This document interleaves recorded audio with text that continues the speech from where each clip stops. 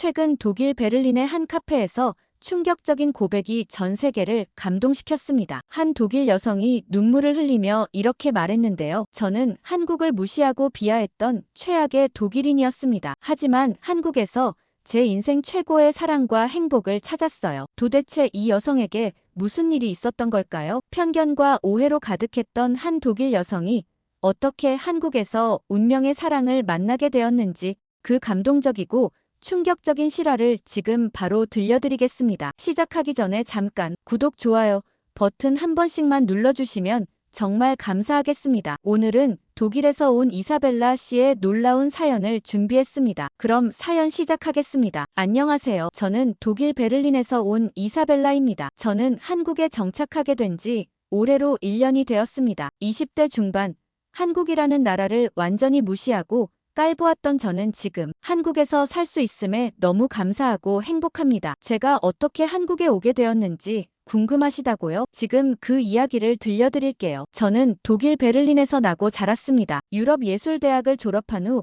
프리랜서 여행작가로 일하고 있었어요. 주로 유럽의 아름다운 도시들을 소개하는 여행 가이드북을 쓰는 일을 했죠. 저는 어릴 적부터 유럽 문화에 대한 강한 자부심을 가지고 있었습니다. 특히 독일의 역사와 문화적 우월성을 굳게 믿고 있었어요. 아버지는 독일 국립박물관 큐레이터, 어머니는 베를린 대학 유럽사 교수였거든요. 말 그대로 독일 엘리트 가정에서 자란 저였습니다. 하지만 저에게는 한 가지 확고한 편견이 있었습니다. 바로 아시아는 여전히 서구를 따라하는 후진 지역이라는 생각이었어요. 특히 한국에 대해서는 더욱 심한 편견을 가지고 있었죠. 한국, 거기가 어디야? 북한이랑 뭐가 다른지도 모르겠어. 아직도 개발도상국 아니야? 김치나 먹고 사는 미개한 나라잖아. 이런 식으로 말하곤 했거든요. 정말 부끄러운 일이에요. 지금 생각해보면 제가 얼마나 무지하고 오만했는지 모르겠어요. 그런데 2024년 10월 저에게 인생을 바꿀 제안이 들어왔습니다. 독일의 유명한 출판사에서 아시아 숨겨진 보석 도시들이라는 여행 가이드북 집필을 의뢰한 거예요. 일본, 중국, 한국을 포함한 아시아 여행사였죠. 저는 처음에는 거절하려고 했어요. 아시아는 제 전문 분야가 아니에요. 게다가 한국 같은 곳에 뭐 볼 게 있겠어요? 김치 공장이나 구경하러 가라는 건가요? 라고 말했죠. 하지만 출판사에서 제시한 조건이 너무 좋았어요. 6개월간 아시아 전역을 여행하며 각국의 문화를 체험하고 그 경험을 책으로 쓰는 대가로 상당한 원고료를 주겠다는 거였거든요. 동거하던 독일인 남자친구 마르쿠스도 저를 부추겼어요. 이사벨라, 이번 기회에 아시아인들이 얼마나 뒤떨어져 있는지 확실히 보여줘. 특히 한국 같은 나라는 우리가 50년 전에 버린 것들을 신기해할 거야. 유럽의 우수성을 다시 한번 증명해봐. 마르쿠스는 독일 자동차 회사에서 일하는 엔지니어였는데 저보다도 아시아에 대한 편견이 심했어요. 아시아 차들은 독일 기술을 베낀 짝퉁이야. 한국 차 들어본 적도 없어라고 말하곤 했죠. 저도 그렇게 생각했어요. 맞아, 마르쿠스. 이번 여행으로 유럽 문화의 절대적 우위를 확실히 보여주겠어. 아시아 문화라는 게 결국 우리 유럽의 아류에 불과하다는 걸 명확히 책에 담아올게. 첫 번째 목적지는 일본 도쿄였습니다. 도쿄에 도착했을 때 첫 인상은 생각보다 나쁘지 않았어요. 거리는 정말 깨끗했고 사람들도 예의 바른 것 같았거든요. 하지만 큰 문제가 있었죠. 영어가 전혀 통하지 않았어요. 길을 물어봐도 도움을 요청해도 일본 사람들은 고개만 숙이며 일본어로 중얼거렸습니다. 실례합니다. 지하철은 어디에 있나요? 하이, 스미마센, 니혼고, 와카리마센. 정말 답답했어요. 선진국이라면서 영어도 못하다니. 더 큰 문제가 생겼어요. 둘째 날 시부야에서 쇼핑을 하다가 가방을 잃어버린 거예요. 여권과 지갑, 그리고 소중한 물건들이 모두 들어있었습니다. 저는 황급히 주변 사람들에게 도움을 요청했어요. 도와주세요. 제가 가방을 잃어버렸어요.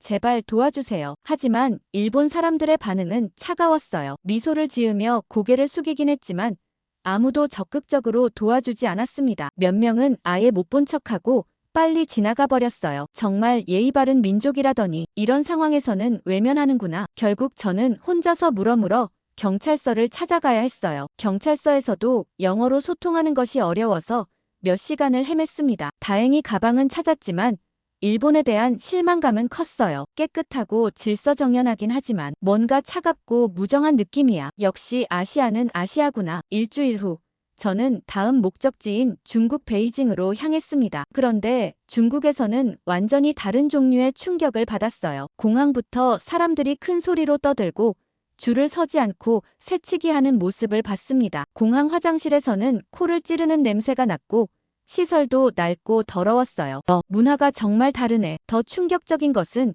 거리에서 본 광경이었어요. 어린아이가 길거리에서 바지를 내리고 소변을 보는 모습, 심지어 성인 여성도 공공장소에서 아무렇지 않게 노상방뇨를 하는 걸 목격했습니다. 이게 정상인가? 이게 21세기 맞나? 이사벨라는 충격을 받았어요. 유럽에서는 상상도 할 수 없는 일들이 일상처럼 벌어지고 있었거든요. 호텔에 체크인한 후에는 더 큰 재앙이 기다리고 있었어요. 침대에 누웠는데 온몸이 가려우기 시작했습니다. 자세히 보니 침대에 빈대베드버그가 득실거리고 있었어요. 으악, 이게 뭐야? 징그러워. 하룻밤 사이에 저의 팔과 다리는 빨갛게 부어올랐습니다. 가려움증이 너무 심해서 견딜 수가 없었어요. 급히 병원을 찾아갔는데 중국 병원의 시설은 정말 충격적이었어요. 낡고 더러운 시설, 정리되지 않은 의료기구들을 보며 이사벨라는 불안해졌습니다. 여기서 치료받아도 괜찮을까? 오히려 더 큰 병에 걸리는 거 아냐? 의사와의 소통도 어려웠어요. 영어를 하는 의사를 찾는 것도 힘들었고 겨우 찾은 의사도 영어 실력이 형편없었습니다. 너의 피부는 지금 상태가 안 좋아. 약을 먹어야 하는데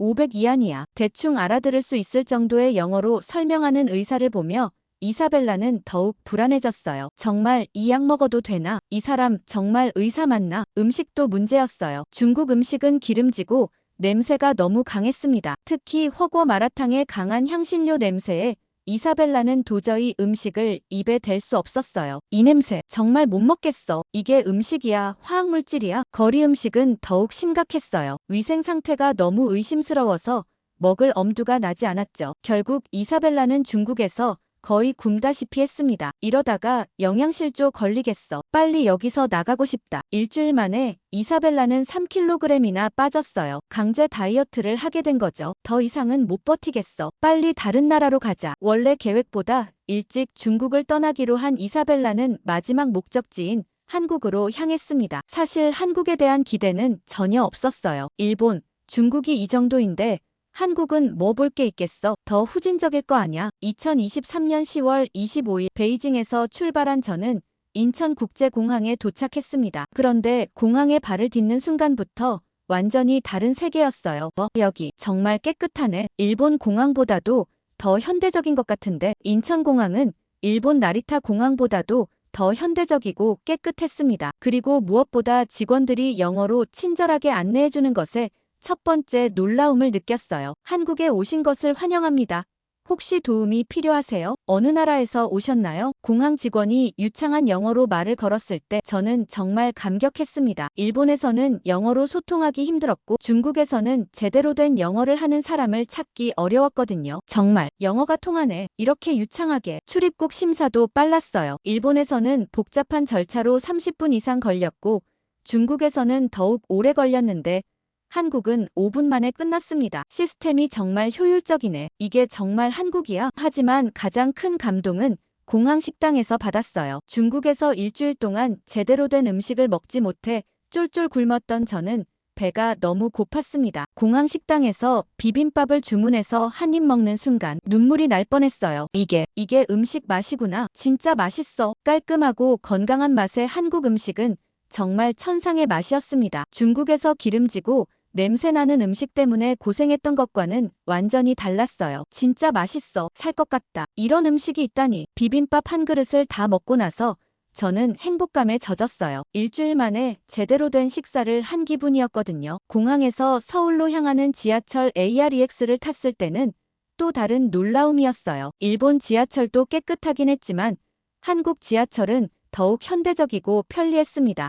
지하철이 이렇게 깨끗하고 조용할 수가. 그리고 와이파이가 이렇게 빨라. 중국 지하철은 시끄럽고 복잡했는데 한국 지하철은 정말 조용하고 질서정연했어요. 승객들도 예의 바르게 행동했고 무엇보다 냄새가 나지 않았습니다. 중국에서는 지하철에서 이상한 냄새가 너무 많이 났는데 여기는 정말 쾌적해. 좌석도 깨끗하고 편안했어요. 지하철 안에서 스마트폰으로 모든 것을 결제할 수 있다는 것도 신기했습니다. 정말 첨단 시스템이네. 독일보다 더 발달한 것 같은데. 서울역에 도착해서도 감탄의 연속이었어요. 역사 내부가 정말 깨끗하고 현대적이었거든요. 안내 표시도 한국어, 영어, 중국어, 일본어로 친절하게 되어 있어서 길 찾기가 쉬웠습니다. 일본에서는 영어 표시가 부족해서 헤맸는데 여기는 정말 외국인 친화적이네. 그런데 짐이 너무 무거워서 계단에서 비틀거리고 있을 때였습니다. 괜찮으세요? 도와드릴까요? 뒤에서 누군가가 영어로 말을 걸었어요. 돌아보니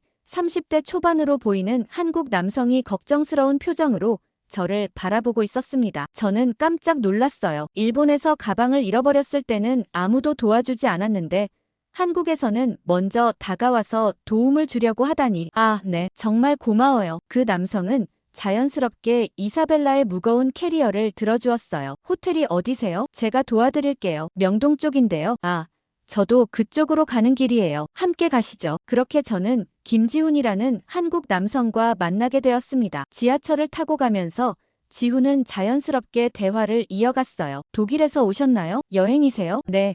여행 가이드북을 쓰는 작가예요. 우와, 작가시는군요. 저도 책과 관련된 일을 해요. 북 디자이너거든요. 정말요? 그럼 우리 같은 업계네요. 그런 셈이죠. 아시아 여행은 어떠셨어요? 저는 잠깐 망설이다가 솔직하게 말했어요. 사실 일본과 중국에서 좀 힘든 경험을 했어요. 그런데 한국에 와보니 완전히 다르네요. 어떤 면에서요? 일단 영어로 소통이 되니까 정말 다행이에요. 그리고 사람들이 친절하고 음식도 맛있고. 지훈은 미소를 지으며 말했어요. 아, 다른 나라에서 고생하셨구나. 한국에서는 좋은 경험만 하시길 바라요. 명동역에 도착하자 지훈이 이사벨라의 캐리어를 호텔 앞까지 끌어다 주었어요. 여기가 호텔이시군요. 잘 찾아오셨네요. 정말 감사해요. 덕분에 편하게 왔어요. 지훈은 주머니에서 명함을 꺼내 건네주었어요. 혹시 한국에 계시는 동안 궁금한 것 있으시면 연락하세요. 같은 업계 사람으로서 도움이 될 수 있을 것 같아요. 이사벨라는 명함을 받으며 고마움을 표했어요. 정말 친절하시네요. 고맙습니다. 별 말씀을요. 그럼 한국 여행 즐겁게 하세요. 지훈이 떠난 후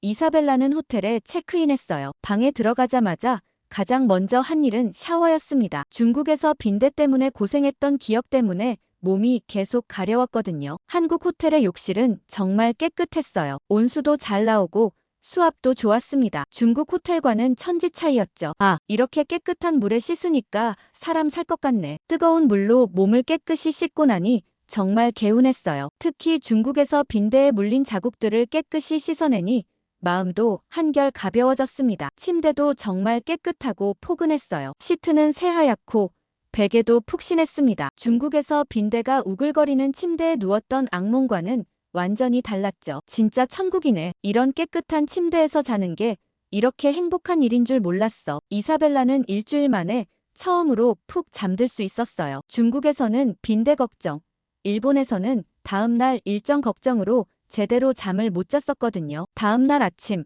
이사벨라는 정말 상쾌하게 일어났어요. 오랜만에 숙면을 취한 덕분에 몸도 마음도 가벼웠습니다. 호텔 로비로 내려가서 지배인에게 물어봤어요. 실례지만 이 근처에 관광할 만한 곳이 있을까요? 지배인은 친절하게 대답해 주었어요. 영어도 유창했고요. 명동은 쇼핑과 맛집으로 유명해요. 그리고 걸어서 10분 정도면 남산타워 케이블카 승강장도 있고요. 또 지하철로 한 정거장만 가면 명동 성당도 있습니다. 우와, 이렇게 많은 곳이 가까이에 있네요. 네. 명동은 관광의 중심지거든요. 천천히 둘러보시면 재미있을 거예요. 지배인이 지도까지 챙겨줘서 이사벨라는 정말 감동했어요. 일본에서는 물어봐도 영어를 못해서 답답했고 중국에서는 제대로 된 정보를 얻기 어려웠는데 한국 사람들은 정말 친절하네. 명동 거리로 나온 이사벨라는 활기찬 분위기에 놀랐어요. 낮인데도 많은 사람들이 돌아다니고 있었고 다양한 상점들과 음식점들이 즐비했습니다. 생각보다 정말 번화하네. 이게 정말 한국이야? 거리를 걸으며 구경하던 중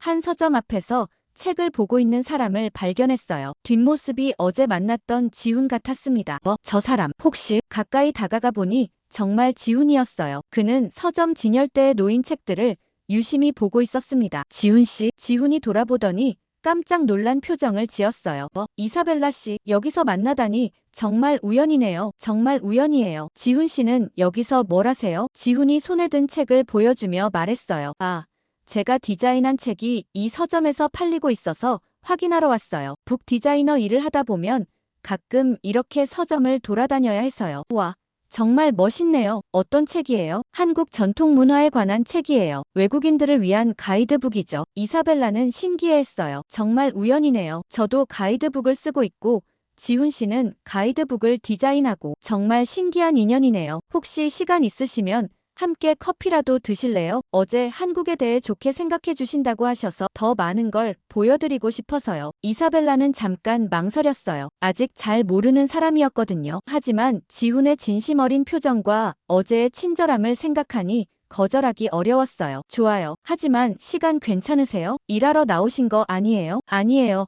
오늘은 개인 일로 나온 거라 시간 여유가 있어요. 프리랜서라서 스케줄이 자유로운 편이거든요. 근처 카페에 앉아서 이사벨라는 지훈에게 더 자세한 이야기를 들려주었어요. 일본과 중국에서의 힘든 경험들을 말이죠. 정말 고생 많이 하셨네요. 일본에서 가방을 잃어버렸을 때 아무도 도와주지 않았다고요? 네.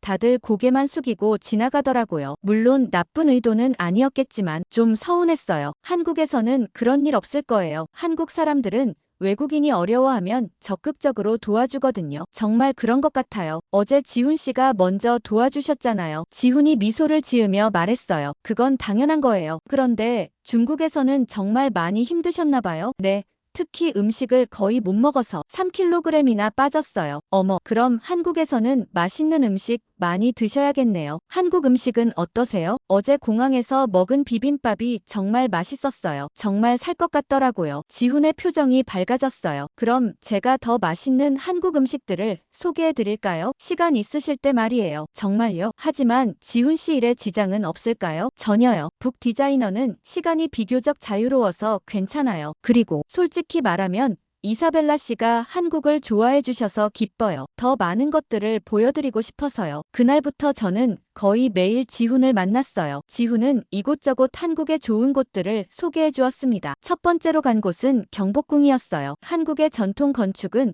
일본과는 완전히 다른 독특한 아름다움을 가지고 있었습니다. 일본 건축과는 완전히 다르네요. 지훈이 설명했습니다. 한국 건축은 자연과의 조화를 가장 중요하게 생각해요. 일본 건축보다 더 소박하고 자연스러워요. 정말 그런 것 같아요. 일본 건축은 너무 격식적이었는데 한국 건축은 편안한 느낌이에요. 경복궁에서 한복 체험도 했어요. 저는 예쁜 한복을 입었고 지훈은 한국 전통 남성복을 입었는데 그 모습이 어찌나 웃기고 귀엽던지 한참을 웃었습니다. 지훈 씨, 정말 잘 어울려요. 진짜 조선시대 왕자 같아요. 이사벨라 씨도 정말 예쁘세요. 한복이 이렇게 잘 어울릴 줄 몰랐어요. 우리는 경복궁을 돌아다니며 사진도 찍고 즐거운 시간을 보냈습니다. 지훈 덕분에 제 한국 여행은 시간 가는 줄 모르게 즐거웠어요. 다음 날에는 북촌 한옥마을을 갔어요. 좁은 골목길을 걸으며 더 깊은 대화를 나눴습니다. 이사벨라 씨는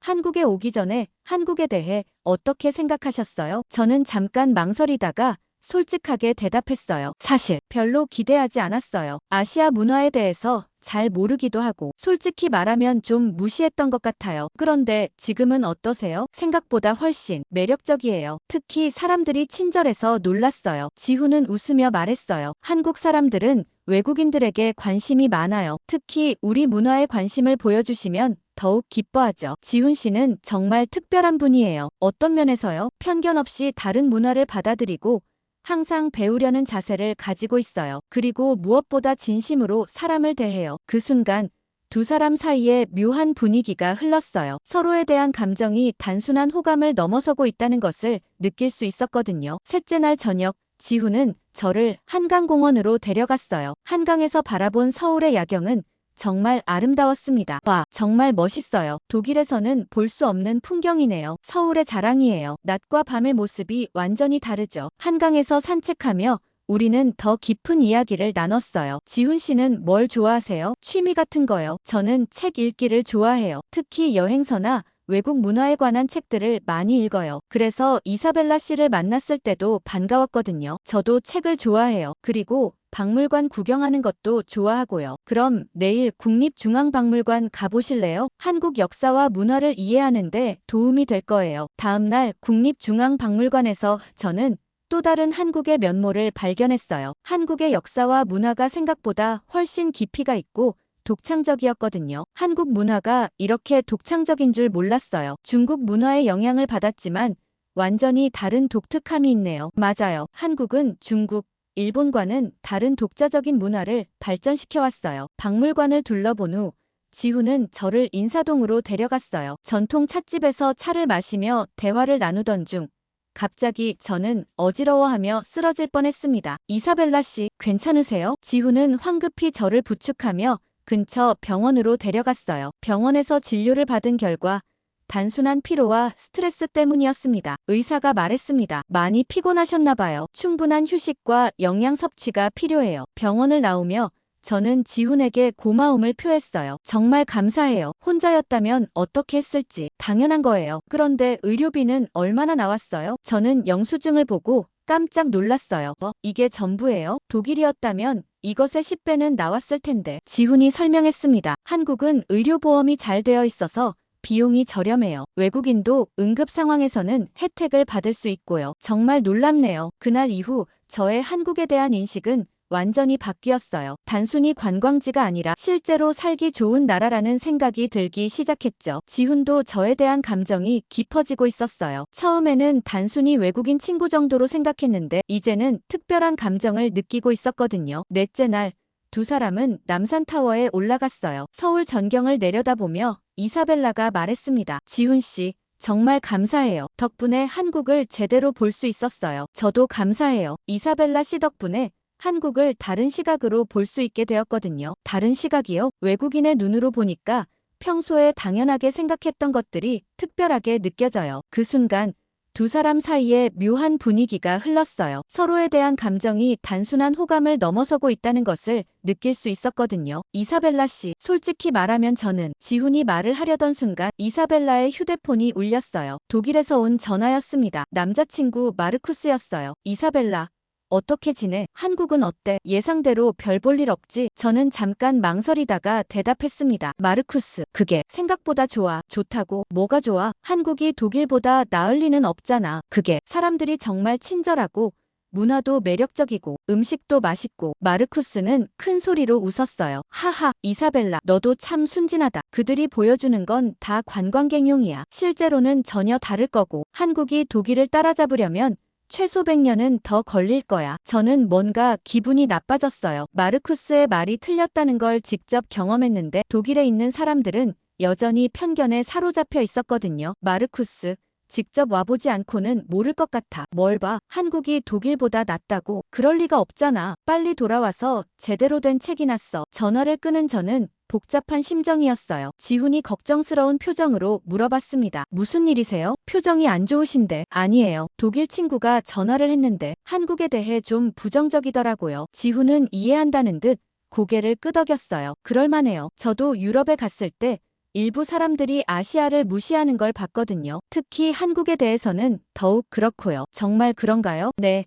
하지만 요즘은 분위기가 많이 바뀌고 있어요. K-팝, K-드라마 덕분에 한국에 관심을 가지는 외국인들이 많아졌거든요. 저는 그때까지 K-팝이나 한국 드라마에 대해 전혀 관심이 없었어요. 그냥 일시적인 유행일 뿐이라고 생각했거든요. 혹시 한국 드라마 보신 적 있어요? 아니요. 별로 관심이. 지훈은 웃으며 말했어요. 그럼 오늘 저녁에 함께 보실래요? 정말 재미있는 작품들이 많거든요. 그날 저녁 지훈의 집에서 함께 한국 드라마를 봤어요. 처음에는 별 기대 없이 시청했는데 점점 빠져들기 시작했습니다. 이거 정말 재미있네요. 그죠? 한국 드라마는 감정 표현이 정말 섬세해요. 드라마를 보면서 두 사람은 자연스럽게 가까워졌어요. 어느새 저는 지훈의 어깨에 기대어 있었고 지훈도 그런 저를 자연스럽게 받아들이고 있었습니다. 이사벨라 씨, 네, 저 솔직히 말하면 이사벨라 씨를 좋아해요. 저는 심장이 빨리 뛰는 것을 느꼈어요. 사실 저도 지훈에게 특별한 감정을 느끼고 있었거든요. 저도 지훈 씨를 좋아해요. 두 사람은 자연스럽게 서로를 바라봤고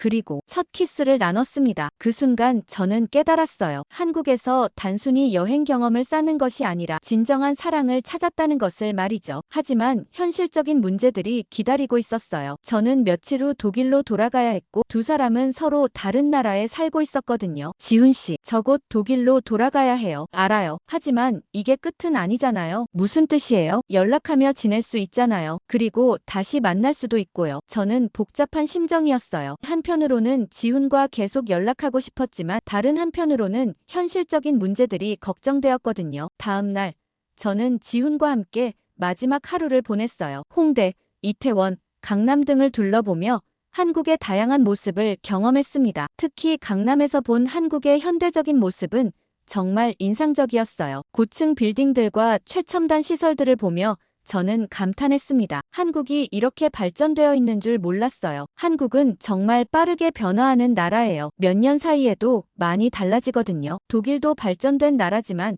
한국만큼 역동적이지는 않은 것 같아요. 지훈이 물어봤습니다. 독일과 한국, 어느 쪽이 더 살기 좋다고 생각하세요? 저는 잠깐 생각해보더니 말했어요. 각각 장점이 있는 것 같아요. 독일은 안정적이고 체계적이지만 한국은 활기차고 따뜻해요. 따뜻하다고 하시니 기분이 좋네요. 정말이에요. 특히 사람들이 따뜻해요. 지훈 씨처럼요. 그 말에 지훈은 미소를 지었어요. 이사벨라 씨도 처음 만났을 때보다 훨씬 밝아졌어요. 그런가요? 네.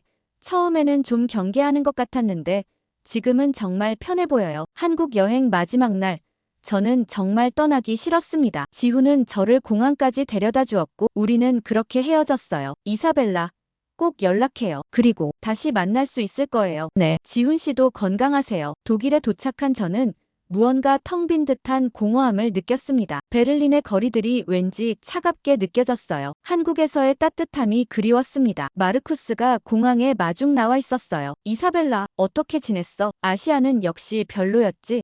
생각보다 괜찮았어. 괜찮다고? 뭐가 괜찮아? 독일이 최고지. 저는 마르쿠스의 말에 답하지 않았어요. 한국에서의 경험을 어떻게 설명해야 할지 모르겠더라고요. 집에 돌아온 저는 지훈과 문자를 주고받기 시작했어요. 독일 잘 도착했어요? 네, 잘 도착했어요. 지훈 씨는 어떻게 지내세요? 이사벨라 씨가 없으니 뭔가 허전하네요. 저도 마찬가지였어요. 한국에서의 일주일이 꿈만 같았습니다. 하지만 시간이 지날수록 현실의 벽을 느꼈어요. 시차도 있고 언어도 다르고 무엇보다 물리적인 거리가 너무 멀었거든요. 마르쿠스는 제가 한국에서 만난 사람 이야기를 하자 화를 냈어요. 이사벨라, 너 설마 아시아 남자한테 빠진 거야? 정신 차려. 우리가 얼마나 오래 사귀었는데. 마르쿠스, 그게 아니라. 아니긴 뭐가 아니야. 너 완전히 세뇌된 거 아니야? 한국 남자가 독일 남자보다 나을 리 없잖아. 마르쿠스의 편견 어린 말들에 저는 점점 지쳐갔어요. 그리고 지훈의 따뜻함이 더욱 그리워졌습니다. 한 달이 지나자 지훈과의 연락도 점점 뜸해졌어요. 서로 바쁘기도 했고 시차 때문에 대화하기도 어려웠거든요. 이렇게 멀리 떨어져 있으면서 어떻게 연애를 하지? 현실적으로 불가능해. 저는 마음속에서 서서히 지훈을 지워나가기 시작했습니다. 아무리 좋아해도 현실적으로 어려울 것 같았거든요. 그렇게 2개월이라는 시간이 흘렀습니다. 저는 아시아 여행 가이드북 지필에 매진하고 있었어요. 한국 편을 쓸 때마다 지훈이 생각났지만 이제는 추억으로 정리하려고 노력했습니다. 그런데 어느 날 오후 한참 동안 울리지 않았던 제 휴대폰이 울렸습니다. 지훈이었습니다. 이사벨라, 저 지훈이에요. 지훈 씨, 웬일이세요? 이사벨라, 저 지금 베를린에 있어요. 저는 믿을 수 없었어요. 뭐라고요? 베를린에 있다고요? 네. 브란덴부르크 문 앞에 있어요. 만날 수 있을까요? 저는 심장이 뛰는 것을 느꼈어요. 급히 옷을 갈아입고 브란덴부르크 문으로 달려갔습니다. 2개월 만에 만난 지훈은 여전히 따뜻하고 멋있었어요. 하지만 뭔가 떨리는 것 같았습니다. 지훈 씨, 정말 왜 여기까지? 지훈은 잠깐 망설이더니 말했어요. 이사벨라, 나랑 결혼해줘. 나 너 없이는 살 수 없을 것 같아. 저는 그 말을 듣고 정말 충격받았어요. 독일에서는 결혼보다 동거를 선택하는 경우가 많은데 지구 반대편에서 온 남자가 결혼하자고 하니 너무 놀랐습니다. 정말요? 정말이야. 한국이든 독일이든 어디든 상관없어. 그냥 너와 함께 살고 싶어. 저도 지훈과 함께하고 싶은 마음이 굴뚝 같았어요. 하지만 걱정이 많았습니다. 하지만 현실적으로 어려울 것 같은데. 뭐가 어려워? 문화도 다르고 언어도 다르고 그리고 우리 부모님들이 뭐라고 하실지. 지훈은 제 손을 잡으며 말했어요. 사랑한다면 그 모든 걸 극복할 수 있을 거야. 이사벨라, 나는 정말 진심이야. 저는 바로 답을 할 수 없었어요. 지훈을 사랑하지만 이것저것 생각할 게 너무 많았습니다. 지훈은 베를린에 일주일 머물렀어요. 그 일주일 동안 우리는 베를린 곳곳을 함께 돌아다녔습니다. 첫째 날에는 베를린 장벽 유적지를 갔어요. 지훈은 독일의 역사에 대해 정말 많이 공부해온 것 같았어요. 이사벨라, 독일이 분단을 극복한 것처럼 우리도 거리의 장벽을 극복할 수 있을 거야. 둘째 날에는 박물관 섬을 갔어요. 제가 어릴 때부터 자주 가던 곳이었는데 지훈과 함께 가니 새로운 느낌이었어요. 와, 정말 대단하네요. 독일의 문화유산이 이렇게 잘 보존되어 있다니. 지훈 씨가 한국 문화를 소중히 여기는 것처럼 독일도 자국 문화를 소중히 여겨요. 셋째 날에는 베를린의 유명한 맥주집에 갔어요. 독일 맥주를 마시며 깊은 대화를 나눴습니다. 이사벨라, 솔직히 말해봐. 나에 대해 어떻게 생각해? 지훈 씨. 사실 저도 지훈 씨를 정말 좋아해요. 아니, 사랑해요. 그럼 왜 망설이는 거야? 무서워요. 만약 결혼해서 잘 안 되면 어떻게 하죠? 서로 다른 나라, 다른 문화에서 자란 사람들인데. 지훈이 제 손을 잡으며 말했어요. 이사벨라, 사랑에는 위험이 따르는 법이야. 하지만 그 위험을 감수할 만한 가치가 있다고 생각해. 넷째 날에는 포츠담 광장 근처의 서점가를 갔어요. 지훈의 직업이 북 디자이너여서 독일의 서점들에 관심이 많았거든요. 독일 서점들은 정말 체계적이네요. 한국과는 또 다른 매력이 있어요. 지훈 씨는 독일이 어떤 것 같아요? 좋은 나라예요. 체계적이고 안정적이고. 하지만 좀 차가운 느낌도 있어요. 한국만큼 따뜻하지는 않은 것 같아요. 다섯째 날에는 샤를로텐부르크 궁전을 갔어요. 독일의 아름다운 궁전을 보며 지훈이 말했어요. 이사벨라, 너와 함께라면 어느 나라에서든 행복할 것 같아. 정말요? 정말이야. 중요한 건 어디에 사느냐가 아니라 누구와 사느냐야. 여섯째 날에는 베를린의 유명한 크로이츠베르크 지구를 갔어요. 다양한 문화가 어우러진 이 동네에서 지훈은 말했어요. 이사벨라, 이 동네를 보니까 더 확신이 서. 서로 다른 문화가 만나서 더 아름다운 것을 만들어낼 수 있다는 걸 말이야. 그런가요? 그래, 너와 나도 마찬가지야. 독일과 한국, 서로 다른 문화지만 함께하면 더 아름다운 사랑을 만들 수 있을 거야. 그날 밤 지훈은 제게 편지를 건네주었어요. 한국어와 독일어로 쓰여진 편지였습니다. 편지에는 이런 내용이 적혀 있었어요. 사랑하는 이사벨라에게, 나는 한국에서 너를 만난 그 순간부터 운명을 느꼈어. 너 없는 삶은 상상할 수 없어. 결혼해줘. 어디서든 너와 함께 행복한 가정을 꾸리고 싶어. 저는 그 편지를 읽고 눈물이 났어요. 지훈의 진심이 느껴졌거든요. 마지막 일곱째 날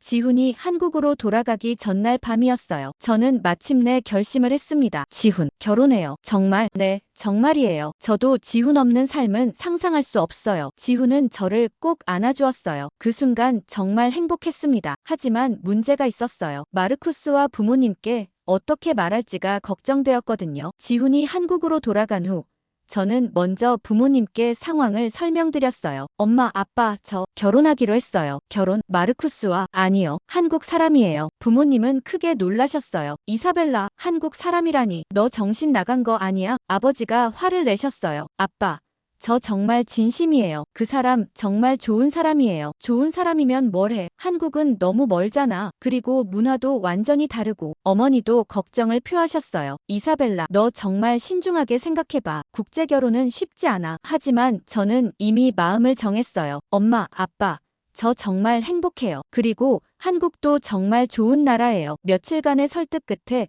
부모님은 결국 이해해 주셨어요. 내가 정말 행복하다면 우리가 뭐라고 하겠니? 하지만 마르쿠스는 완전히 달랐어요. 이사벨라, 너 미쳤어? 나를 버리고 아시아 남자를 선택한다고? 마르쿠스, 미안해. 미안하긴 뭘 미안해. 너 완전히 세뇌당한 거야. 한국 남자가 독일 남자보다 나을 리 없어. 마르쿠스는 끝까지 이해하지 못했어요. 하지만 저는 더 이상 그의 편견 어린 말을 들으려 하지 않았습니다. 지훈에게 프로포즈를 받고 부모님의 허락을 받은 지 한 달 만에 저는 한국행을 결정했습니다. 2025년 3월, 저는 짐을 싸서 한국으로 떠났어요. 지훈이 인천공항에서 기다리고 있었습니다. 이사벨라, 정말 왔구나. 지훈은 저를 꼭 안아주었어요. 정말 행복한 순간이었습니다. 한국에 와서 지훈의 부모님을 처음 만났을 때는 정말 떨렸어요. 어머님, 아버님, 안녕하세요. 저는 한국어로 인사를 했어요. 한국에 오기 전 2달 동안 열심히 공부했거든요. 지훈의 부모님은 처음에는 어색해하셨지만 금세 저를 따뜻하게 받아주셨어요. 이사벨라야,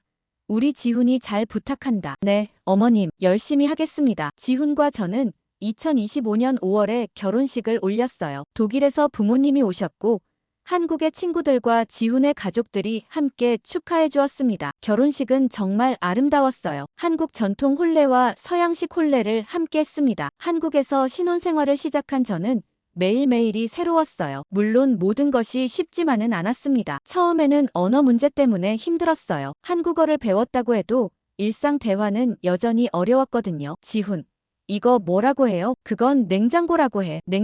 냉장고. 문화 차이로 인한 갈등도 있었어요. 한 번은 지훈의 회사 동료들과 회식을 갔는데 한국의 회식 문화를 이해하지 못해서 일찍 집에 가겠다고 했어요. 그랬더니 분위기가 어색해졌고 지훈과 크게 싸웠습니다. 이사벨라, 한국에서는 회식이 정말 중요한 문화야. 하지만 독일에서는 일과 사생활을 분리해요. 여기는 한국이야. 그럼 저는 어떻게 해야 해요? 그날 밤 우리는 많은 대화를 나눴어요. 서로의 문화를 이해하려고 노력하기로 했습니다. 한 번은 제가 독일식으로 요리를 했는데 지훈이 맛없다고 해서 서운했던 적도 있어요. 지훈, 제가 정성껏 만든 건데 미안. 이사벨라, 내가 너무 한국 음식에만 익숙해서. 저도 한국 음식 배울 테니까 독일 음식도 좀 먹어줘요. 이런 작은 갈등들이 있을 때마다 우리는 대화로 해결했어요. 서로를 이해하려고 노력했습니다. 결혼한 지 6개월이 지나자 저는 임신을 했어요. 정말 기뻤습니다. 한국에서 임신을 하니까 독일과는 다른 점들이 많았어요. 특히 산부인과 진료비가 정말 저렴해서 놀랐습니다. 지훈, 한국 의료비가 왜 이렇게 저렴해요? 국민건강보험 덕분이야. 임산부는 더 많은 혜택을 받을 수 있어. 독일에서는 임신하면 의료비가 정말 많이 나오는데 한국에서는 거의 무료에 가까웠어요. 출산할 때도 마찬가지였어요. 독일에서는 출산 비용이 수천 유로인데 한국에서는 정말 저렴했습니다. 이상해. 독일보다 의료 서비스는 더 좋은데 비용은 훨씬 저렴해. 2025년 1월 저희 첫 아이가 태어났어요. 예쁜 딸이었습니다. 이름은 한나로 지었어요. 한국과 독일 모두에서 사용할 수 있는 이름이었거든요. 육아를 하면서도 한국의 시스템에 감탄했어요. 육아휴직 제도도 잘 되어 있고 정부에서 육아비 지원도 해주더라고요. 독일보다 육아하기 좋은 것 같아. 지훈도 육아휴직을 쓸 수 있어서 함께 아이를 돌볼 수 있었어요. 독일에서는 남자가 육아휴직 쓰는 게 쉽지 않은데 한국에서는 자연스러웠습니다. 한국에 살면서 모든 순간이 쉽고 행복하기만 한 것은 아니었어요. 문화 차이로 지훈과 크게 싸운 적도 있었고 화가 나서 한 번은 독일로 돌아간 적도 있었습니다. 그때는 정말 힘들었어요. 한국 생활에 지쳐서 독일 부모님 집에 한 달간 머물렀거든요. 이사벨라, 힘들면 독일에서 살아도 돼. 부모님이 말씀하셨지만 저는 한국이 그리웠어요. 특히 지훈이 보고 싶었습니다. 엄마, 저 한국으로 돌아갈래요. 정말? 네. 한국이 이제 제 집이에요. 다시 한국으로 돌아온 저는 지훈과 깊이 대화했어요. 서로의 입장을 이해하고 더욱 사랑하게 되었습니다. 한국에 살면서 저는 한국을 정말 사랑하게 되었어요. 한나는 자연스럽게 한국어와 독일어를 모두 구사하게 되었어요. 집에서는 독일어와 한국어를 섞어서 쓰고 독일 할머니 할아버지와 화상 통화할 때는 독일어로, 한국 할머니 할아버지와 이야기할 때는 한국어로 대화해요. 엄마, 아빠, 할머니가 독일어로 책 읽어주셨어요. 그래, 한국 할머니한테도 인사드려야지. 한나를 키우면서 한국 문화의 장점을 더 많이 발견했어요. 특히 가족을 중시하는 문화, 아이들을 사랑으로 키우는 문화가 정말 좋았습니다. 지훈의 가족들도 한나를 정말 사랑해 주셨어요. 독일보다 가족 간의 유대가 더 끈끈한 것 같았습니다. 한국에 온 지 1년이 지난 지금 저는 정말 행복합니다. 물론 아직도 어려운 점들이 있어요. 가끔은 독일 음식이 그리울 때도 있고 독일 친구들과 멀리 떨어져 있는 것이 외로울 때도 있어요. 어릴 적부터 몸이 약해서 병원을 자주 다녔던 저는 의료의 중요성을 뼈저리게 느꼈었는데요. 독일은 복지국가라고 하지만 사실 공공의료 보장이 잘 갖춰지지 않아서 병원비가 어마어마해요. 의사 한 번 만나려면 몇 주를 기다려야 하고 잠깐 진료받아도 엄청난 비용을 지불해야 합니다. 그래서 독일은 생각만큼 좋은 나라가 아니에요. 아무리 돈을 벌어도 다 세금으로 빠져나가고 살인적인 물가 때문에 저축은 꿈도 꾸기 어렵습니다. 근데 제가 살아보니 한국은 독일과 정반대였어요. 세금은 합리적인 수준이었고 제가 노력한 만큼 소득을 높일 수 있었습니다. 게다가 공공의료 시스템이 잘 갖춰져 있어서 저렴한 가격으로 의료 서비스를 받을 수 있는 장점이 있는 곳이었어요. 한나가 아플 때도 마찬가지였어요. 독일이었다면 소아과 예약 잡는 데만 일주일이 걸렸을 텐데 한국에서는 당일에도 진료를 받을 수 있었어요. 지훈. 한국 의료 시스템 정말 좋네요. 그래, 우리는 당연하게 생각했는데 독일보다 훨씬 효율적이에요. 요즘 저는 지훈과 열심히 저축하며 재산을 불려나가는 재미에 흠뻑 빠져 있습니다. 독일에서는 월급의 절반 이상이 세금으로 나갔는데 한국에서는 합리적인 세금으로 오히려 저축을 더 많이 할 수 있었어요. 집값도 독일의 주요 도시들보다 저렴했고 교통비나 생활비도 훨씬 합리적이었습니다. 한국에 와서 살림살이가 늘어가는 게 눈에 보여. 교육 시스템도 잘 되어 있어서 한나가 자라서 원하는 교육을 받을 수 있는 점도 정말 만족스러워요. 한국의 공교육 수준이 높고 다양한 교육 기회가 많아서 아이 키우기에 정말 좋은 환경이었어요. 한나가 한국에서 자라니까 정말 다행이야. 하지만 그런 것들을 상쇄하고도 남을 만큼 한국에서의 삶이 만족스러워요. 한국은 저에게 제2의 고향이자 꿈의 나라가 되었어요. 편견을 가지고 한국을 무시했던 제가 부끄럽습니다. 한국은 정말 살기 좋은 나라였어요. 효율적인 시스템, 저렴한 의료비, 좋은 교육 환경, 빠른 인터넷, 편리한 교통, 그리고 무엇보다 따뜻한 사람들이 있는 곳이었습니다. 지훈 덕분에 한국에 살게 된 것이 정말 감사하답니다. 당연한 거예요. 그런데 의료비는 얼마나 나왔어요? 저는 영수증을 보고 깜짝 놀랐어요. 이게 전부예요? 독일이었다면 이것의 10배는 나왔을 텐데. 지훈이 설명했습니다. 한국은 의료보험이 잘 되어 있어서 비용이 저렴해요. 외국인도 응급 상황에서는 혜택을 받을 수 있고요. 정말 놀랍네요. 그날 이후 저의 한국에 대한 인식은 완전히 바뀌었어요. 단순히 관광지가 아니라 실제로 살기 좋은 나라라는 생각이 들기 시작했죠. 지훈도 저에 대한 감정이 깊어지고 있었어요. 처음에는 단순히 외국인 친구 정도로 생각했는데 이제는 특별한 감정을 느끼고 있었거든요. 넷째 날, 두 사람은 남산타워에 올라갔어요. 서울 전경을 내려다보며 이사벨라가 말했습니다. 지훈 씨, 정말 감사해요. 덕분에 한국을 제대로 볼 수 있었어요. 저도 감사해요. 이사벨라 씨 덕분에 한국을 다른 시각으로 볼 수 있게 되었거든요. 다른 시각이요? 외국인의 눈으로 보니까 평소에 당연하게 생각했던 것들이 특별하게 느껴져요. 그 순간 두 사람 사이에 묘한 분위기가 흘렀어요. 서로에 대한 감정이 단순한 호감을 넘어서고 있다는 것을 느낄 수 있었거든요. 이사벨라 씨, 솔직히 말하면 저는 지훈이 말을 하려던 순간 이사벨라의 휴대폰이 울렸어요. 독일에서 온 전화였습니다. 남자친구 마르쿠스였어요. 이사벨라.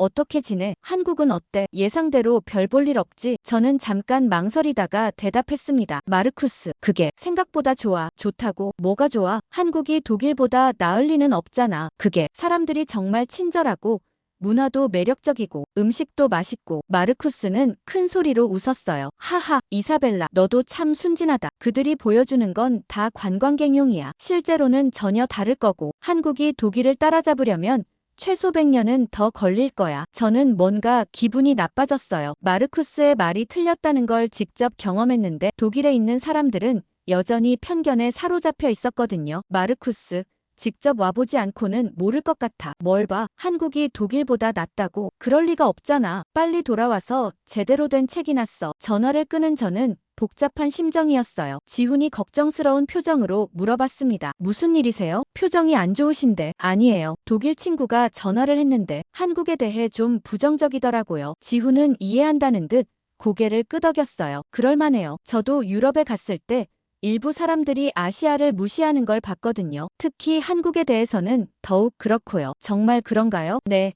하지만 요즘은 분위기가 많이 바뀌고 있어요. K-파프, K-드라마 덕분에 한국에 관심을 가지는 외국인들이 많아졌거든요. 저는 그때까지 K-파프이나 한국 드라마에 대해 전혀 관심이 없었어요. 그냥 일시적인 유행일 뿐이라고 생각했거든요. 혹시 한국 드라마 보신 적 있어요? 아니요. 별로 관심이. 지훈은 웃으며 말했어요. 그럼 오늘 저녁에 함께 보실래요? 정말 재미있는 작품들이 많거든요. 그날 저녁 지훈의 집에서 함께 한국 드라마를 봤어요. 처음에는 별 기대 없이 시청했는데 점점 빠져들기 시작했습니다. 이거 정말 재미있네요. 그죠? 한국 드라마는 감정 표현이 정말 섬세해요. 드라마를 보면서 두 사람은 자연스럽게 가까워졌어요. 어느새 저는 지훈의 어깨에 기대어 있었고 지훈도 그런 저를 자연스럽게 받아들이고 있었습니다. 이사벨라 씨, 네, 저 솔직히 말하면 이사벨라 씨를 좋아해요. 저는 심장이 빨리 뛰는 것을 느꼈어요. 사실 저도 지훈에게 특별한 감정을 느끼고 있었거든요. 저도 지훈 씨를 좋아해요. 두 사람은 자연스럽게 서로를 바라봤고 그리고 첫 키스를 나눴습니다. 그 순간 저는 깨달았어요. 한국에서 단순히 여행 경험을 쌓는 것이 아니라 진정한 사랑을 찾았다는 것을 말이죠. 하지만 현실적인 문제들이 기다리고 있었어요. 저는 며칠 후 독일로 돌아가야 했고 두 사람은 서로 다른 나라에 살고 있었거든요. 지훈 씨, 저 곧 독일로 돌아가야 해요. 알아요. 하지만 이게 끝은 아니잖아요. 무슨 뜻이에요? 연락하며 지낼 수 있잖아요. 그리고 다시 만날 수도 있고요. 저는 복잡한 심정이었어요. 한편으로는 지훈과 계속 연락하고 싶었지만 다른 한편으로는 현실적인 문제들이 걱정되었거든요. 다음 날 저는 지훈과 함께 마지막 하루를 보냈어요. 홍대, 이태원, 강남 등을 둘러보며 한국의 다양한 모습을 경험했습니다. 특히 강남에서 본 한국의 현대적인 모습은 정말 인상적이었어요. 고층 빌딩들과 최첨단 시설들을 보며 저는 감탄했습니다. 한국이 이렇게 발전되어 있는 줄 몰랐어요. 한국은 정말 빠르게 변화하는 나라예요. 몇 년 사이에도 많이 달라지거든요. 독일도 발전된 나라지만 한국만큼 역동적이지는 않은 것 같아요. 지훈이 물어봤습니다. 독일과 한국, 어느 쪽이 더 살기 좋다고 생각하세요? 저는 잠깐 생각해보더니 말했어요. 각각 장점이 있는 것 같아요. 독일은 안정적이고 체계적이지만 한국은 활기차고 따뜻해요. 따뜻하다고 하시니 기분이 좋네요. 정말이에요. 특히 사람들이 따뜻해요. 지훈 씨처럼요. 그 말에 지훈은 미소를 지었어요. 이사벨라 씨도 처음 만났을 때보다 훨씬 밝아졌어요. 그런가요? 네. 처음에는 좀 경계하는 것 같았는데 지금은 정말 편해 보여요. 한국 여행 마지막 날, 저는 정말 떠나기 싫었습니다. 지훈은 저를 공항까지 데려다 주었고 우리는 그렇게 헤어졌어요. 이사벨라, 꼭 연락해요. 그리고 다시 만날 수 있을 거예요. 네. 지훈 씨도 건강하세요. 독일에 도착한 저는 무언가 텅 빈 듯한 공허함을 느꼈습니다. 베를린의 거리들이 왠지 차갑게 느껴졌어요. 한국에서의 따뜻함이 그리웠습니다. 마르쿠스가 공항에 마중 나와 있었어요. 이사벨라, 어떻게 지냈어? 아시아는 역시 별로였지? 생각보다 괜찮았어. 괜찮다고? 뭐가 괜찮아? 독일이 최고지. 저는 마르쿠스의 말에 답하지 않았어요. 한국에서의 경험을 어떻게 설명해야 할지 모르겠더라고요. 집에 돌아온 저는 지훈과 문자를 주고받기 시작했어요. 독일 잘 도착했어요? 네, 잘 도착했어요. 지훈 씨는 어떻게 지내세요? 이사벨라 씨가 없으니 뭔가 허전하네요. 저도 마찬가지였어요. 한국에서의 일주일이 꿈만 같았습니다. 하지만 시간이 지날수록 현실의 벽을 느꼈어요. 시차도 있고 언어도 다르고 무엇보다 물리적인 거리가 너무 멀었거든요. 마르쿠스는 제가 한국에서 만난 사람 이야기를 하자 화를 냈어요. 이사벨라, 너 설마 아시아 남자한테 빠진 거야? 정신 차려. 우리가 얼마나 오래 사귀었는데. 마르쿠스, 그게 아니라. 아니긴 뭐가 아니야. 너 완전히 세뇌된 거 아니야? 한국 남자가 독일 남자보다 나을 리 없잖아. 마르쿠스의 편견 어린 말들에 저는 점점 지쳐갔어요. 그리고 지훈의 따뜻함이 더욱 그리워졌습니다. 한 달이 지나자 지훈과의 연락도 점점 뜸해졌어요. 서로 바쁘기도 했고 시차 때문에 대화하기도 어려웠거든요. 이렇게 멀리 떨어져 있으면서 어떻게 연애를 하지? 현실적으로 불가능해. 저는 마음속에서 서서히 지훈을 지워나가기 시작했습니다. 아무리 좋아해도 현실적으로 어려울 것 같았거든요. 그렇게 2개월이라는 시간이 흘렀습니다. 저는 아시아 여행 가이드북 지필에 매진하고 있었어요. 한국 편을 쓸 때마다 지훈이 생각났지만 이제는 추억으로 정리하려고 노력했습니다. 그런데 어느 날 오후 한참 동안 울리지 않았던 제 휴대폰이 울렸습니다. 지훈이었습니다. 이사벨라, 저 지훈이에요. 지훈 씨, 웬일이세요? 이사벨라, 저 지금 베를린에 있어요. 저는 믿을 수 없었어요. 뭐라고요? 베를린에 있다고요? 네.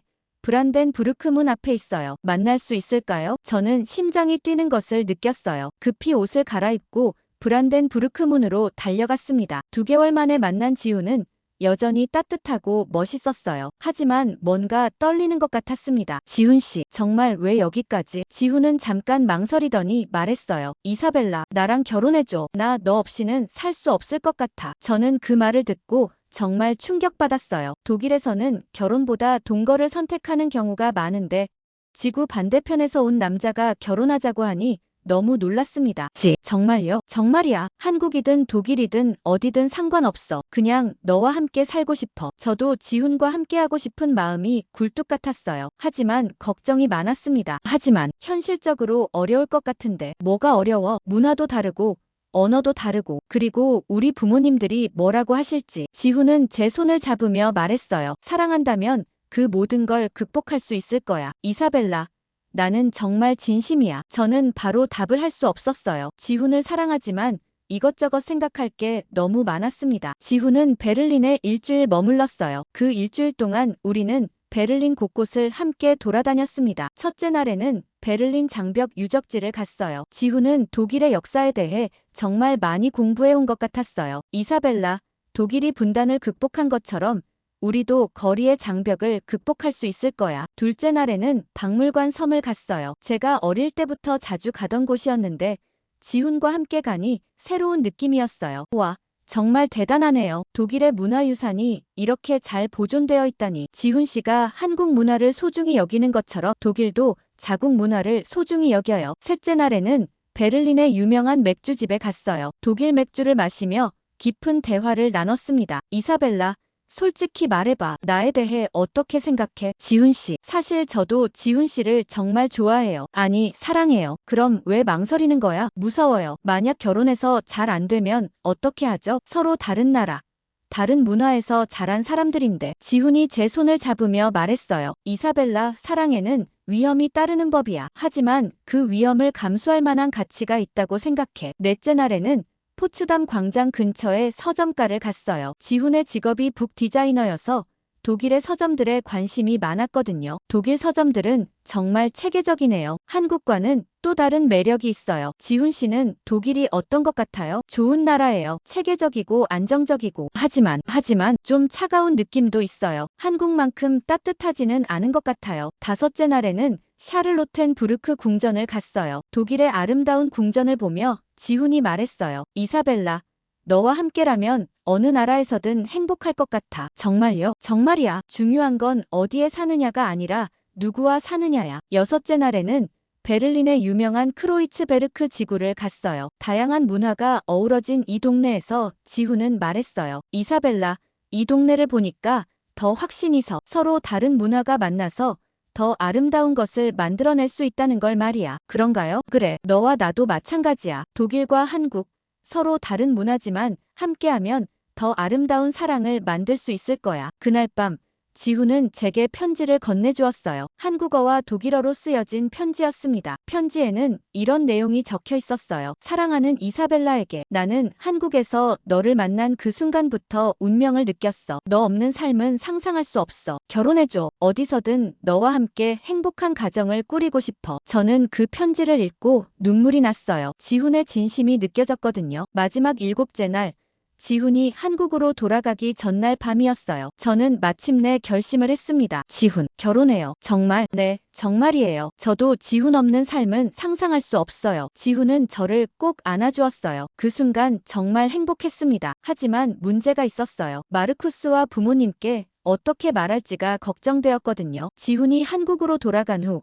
저는 먼저 부모님께 상황을 설명드렸어요. 엄마, 아빠, 저 결혼하기로 했어요. 결혼? 마르쿠스와? 아니요. 한국 사람이에요. 부모님은 크게 놀라셨어요. 이사벨라, 한국 사람이라니. 너 정신 나간 거 아니야? 아버지가 화를 내셨어요. 아빠, 저 정말 진심이에요. 그 사람 정말 좋은 사람이에요. 좋은 사람이면 뭐래? 한국은 너무 멀잖아. 그리고 문화도 완전히 다르고. 어머니도 걱정을 표하셨어요. 이사벨라, 너 정말 신중하게 생각해봐. 국제결혼은 쉽지 않아. 하지만 저는 이미 마음을 정했어요. 엄마, 아빠, 저 정말 행복해요. 그리고 한국도 정말 좋은 나라예요. 며칠간의 설득 끝에 부모님은 결국 이해해 주셨어요. 내가 정말 행복하다면 우리가 뭐라고 하겠니? 하지만 마르쿠스는 완전히 달랐어요. 이사벨라, 너 미쳤어? 나를 버리고 아시아 남자를 선택한다고? 마르쿠스, 미안해. 미안하긴 뭘 미안해. 너 완전히 세뇌당한 거야. 한국 남자가 독일 남자보다 나을 리 없어. 마르쿠스는 끝까지 이해하지 못했어요. 하지만 저는 더 이상 그의 편견 어린 말을 들으려 하지 않았습니다. 지훈에게 프로포즈를 받고 부모님의 허락을 받은 지 한 달 만에 저는 한국행을 결정했습니다. 2025년 3월 저는 짐을 싸서 한국으로 떠났어요. 지훈이 인천공항에서 기다리고 있었습니다. 이사벨라, 정말 왔구나. 지훈은 저를 꼭 안아주었어요. 정말 행복한 순간이었습니다. 한국에 와서 지훈의 부모님을 처음 만났을 때는 정말 떨렸어요. 어머님, 아버님, 안녕하세요. 저는 한국어로 인사를 했어요. 한국에 오기 전 2달 동안 열심히 공부했거든요. 지훈의 부모님은 처음에는 어색해하셨지만 금세 저를 따뜻하게 받아주셨어요. 이사벨라야, 우리 지훈이 잘 부탁한다. 네, 어머님, 열심히 하겠습니다. 지훈과 저는 2025년 5월에 결혼식을 올렸어요. 독일에서 부모님이 오셨고 한국의 친구들과 지훈의 가족들이 함께 축하해 주었습니다. 결혼식은 정말 아름다웠어요. 한국 전통 혼례와 서양식 혼례를 함께 했습니다. 한국에서 신혼생활을 시작한 저는 매일매일이 새로웠어요. 물론 모든 것이 쉽지만은 않았습니다. 처음에는 언어 문제 때문에 힘들었어요. 한국어를 배웠다고 해도 일상 대화는 여전히 어려웠거든요. 지훈, 이거 뭐라고 해요? 그건 냉장고라고 해. 냉장고. 문화 차이로 인한 갈등도 있었어요. 한 번은 지훈의 회사 동료들과 회식을 갔는데 한국의 회식 문화를 이해하지 못해서 일찍 집에 가겠다고 했어요. 그랬더니 분위기가 어색해졌고 지훈과 크게 싸웠습니다. 이사벨라, 한국에서는 회식이 정말 중요한 문화야. 하지만 독일에서는 일과 사생활을 분리해요. 여기는 한국이야. 그럼 저는 어떻게 해야 해요? 그날 밤 우리는 많은 대화를 나눴어요. 서로의 문화를 이해하려고 노력하기로 했습니다. 한 번은 제가 독일식으로 요리를 했는데 지훈이 맛없다고 해서 서운했던 적도 있어요. 지훈, 제가 정성껏 만든 건데 미안. 이사벨라, 내가 너무 한국 음식에만 익숙해서. 저도 한국 음식 배울 테니까 독일 음식도 좀 먹어줘요. 이런 작은 갈등들이 있을 때마다 우리는 대화로 해결했어요. 서로를 이해하려고 노력했습니다. 결혼한 지 6개월이 지나자 저는 임신을 했어요. 정말 기뻤습니다. 한국에서 임신을 하니까 독일과는 다른 점들이 많았어요. 특히 산부인과 진료비가 정말 저렴해서 놀랐습니다. 지훈, 한국 의료비가 왜 이렇게 저렴해요? 국민건강보험 덕분이야. 임산부는 더 많은 혜택을 받을 수 있어. 독일에서는 임신하면 의료비가 정말 많이 나오는데 한국에서는 거의 무료에 가까웠어요. 출산할 때도 마찬가지였어요. 독일에서는 출산 비용이 수천 유로인데 한국에서는 정말 저렴했습니다. 이상해. 독일보다 의료 서비스는 더 좋은데 비용은 훨씬 저렴해. 2025년 12월 저희 첫 아이가 태어났어요. 예쁜 딸이었습니다. 이름은 한나로 지었어요. 한국과 독일 모두에서 사용할 수 있는 이름이었거든요. 육아를 하면서도 한국의 시스템에 감탄했어요. 육아휴직 제도도 잘 되어 있고 정부에서 육아비 지원도 해주더라고요. 독일보다 육아하기 좋은 것 같아. 지훈도 육아휴직을 쓸 수 있어서 함께 아이를 돌볼 수 있었어요. 독일에서는 남자가 육아휴직 쓰는 게 쉽지 않은데 한국에서는 자연스러웠습니다. 한국에 살면서 모든 순간이 쉽고 행복하기만 한 것은 아니었어요. 문화 차이로 지훈과 크게 싸운 적도 있었고 화가 나서 한 번은 독일로 돌아간 적도 있었습니다. 그때는 정말 힘들었어요. 한국 생활에 지쳐서 독일 부모님 집에 한 달간 머물렀거든요. 이사벨라, 힘들면 독일에서 살아도 돼. 부모님이 말씀하셨지만 저는 한국이 그리웠어요. 특히 지훈이 보고 싶었습니다. 엄마, 저 한국으로 돌아갈래요. 정말? 네. 한국이 이제 제 집이에요. 다시 한국으로 돌아온 저는 지훈과 깊이 대화했어요. 서로의 입장을 이해하고 더욱 사랑하게 되었습니다. 한국에 살면서 저는 한국을 정말 사랑하게 되었어요. 한나는 자연스럽게 한국어와 독일어를 모두 구사하게 되었어요. 집에서는 독일어와 한국어를 섞어서 쓰고 독일 할머니 할아버지와 화상 통화할 때는 독일어로, 한국 할머니 할아버지와 이야기할 때는 한국어로 대화해요. 엄마, 아빠, 할머니가 독일어로 책 읽어주셨어요. 그래, 한국 할머니한테도 인사드려야지. 한나를 키우면서 한국 문화의 장점을 더 많이 발견했어요. 특히 가족을 중시하는 문화, 아이들을 사랑으로 키우는 문화가 정말 좋았습니다. 지훈의 가족들도 한나를 정말 사랑해 주셨어요. 독일보다 가족 간의 유대가 더 끈끈한 것 같았습니다. 한국에 온 지 1년이 지난 지금 저는 정말 행복합니다. 물론 아직도 어려운 점들이 있어요. 가끔은 독일 음식이 그리울 때도 있고 독일 친구들과 멀리 떨어져 있는 것이 외로울 때도 있어요. 어릴 적부터 몸이 약해서 병원을 자주 다녔던 저는 의료의 중요성을 뼈저리게 느꼈었는데요. 독일은 복지 국가라고 하지만 사실 공공의료 보장이 잘 갖춰지지 않아서 병원비가 어마어마해요. 의사 한 번 만나려면 몇 주를 기다려야 하고 잠깐 진료받아도 엄청난 비용을 지불해야 합니다. 그래서 독일은 생각만큼 좋은 나라가 아니에요. 아무리 돈을 벌어도 다 세금으로 빠져나가고 살인적인 물가 때문에 저축은 꿈도 꾸기 어렵습니다. 근데 제가 살아보니 한국은 독일과 정반대였어요. 세금은 합리적인 수준이었고 제가 노력한 만큼 소득을 높일 수 있었습니다. 게다가 공공의료 시스템이 잘 갖춰져 있어서 저렴한 가격으로 의료 서비스를 받을 수 있는 장점이 있는 곳이었어요. 한나가 아플 때도 마찬가지였어요. 독일이었다면 소아과 예약 잡는 데만 일주일이 걸렸을 텐데 한국에서는 당일에도 진료를 받을 수 있었어요. 지훈. 한국 의료 시스템 정말 좋네요. 그래, 우리는 당연하게 생각했는데 독일보다 훨씬 효율적이에요. 요즘 저는 지훈과 열심히 저축하며 재산을 불려나가는 재미에 흠뻑 빠져 있습니다. 독일에서는 월급의 절반 이상이 세금으로 나갔는데 한국에서는 합리적인 세금으로 오히려 저축을 더 많이 할 수 있었어요. 집값도 독일의 주요 도시들보다 저렴했고 교통비나 생활비도 훨씬 합리적이었습니다. 한국에 와서 살림살이가 늘어가는 게 눈에 보여. 교육 시스템도 잘 되어 있어서 한나가 자라서 원하는 교육을 받을 수 있는 점도 정말 만족스러워요. 한국의 공교육 수준이 높고 다양한 교육 기회가 많아서 아이 키우기에 정말 좋은 환경이었어요. 한나가 한국에서 자라니까 정말 다행이야. 하지만 그런 것들을 상쇄하고도 남을 만큼 한국에서의 삶이 만족스러워요. 한국은 저에게 제2의 고향이자 꿈의 나라가 되었어요. 편견을 가지고 한국을 무시했던 제가 부끄럽습니다. 한국은 정말 살기 좋은 나라였어요. 효율적인 시스템,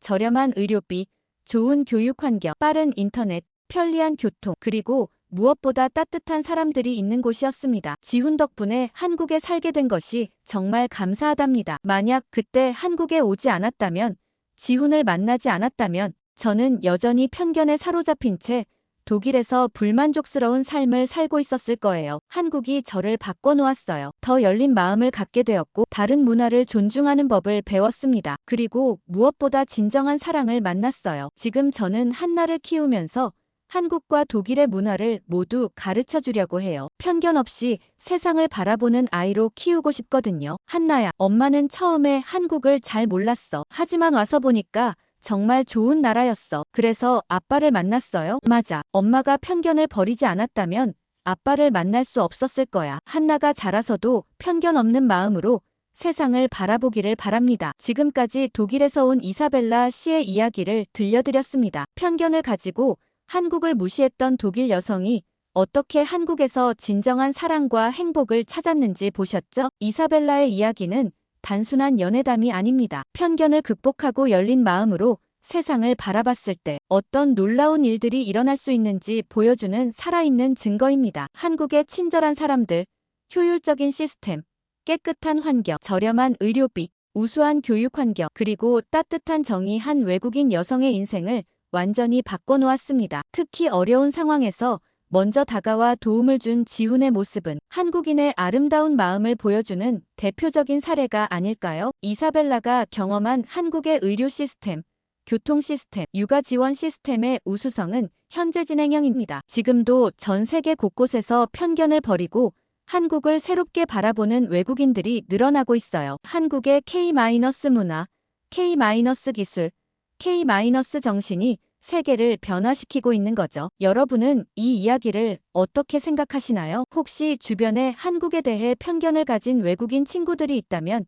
이사벨라의 이야기를 들려주세요. 편견을 극복하고 서로를 이해할 때 얼마나 아름다운 일들이 일어날 수 있는지 보여주는 거니까요. 이사벨라가 지훈과 함께 독일 베를린 곳곳을 돌아다니며 서로의 문화를 이해해가는 과정, 그리고 마침내 한국에 정착해서 행복한 가정을 꾸리게 된 이야기는 우리에게 많은 것을 시사합니다. 사랑에는 국경이 없고 편견을 극복한 진정한 마음으로 만날 때 더 큰 행복을 찾을 수 있다는 교훈을 주죠. 긴 사연 들어주셔서 감사합니다. 구독과 좋아요를 눌러주시면 더 좋은 사연을 소개하는데 큰 힘이 됩니다. 따뜻하고 행복한 하루 보내시길 바랍니다.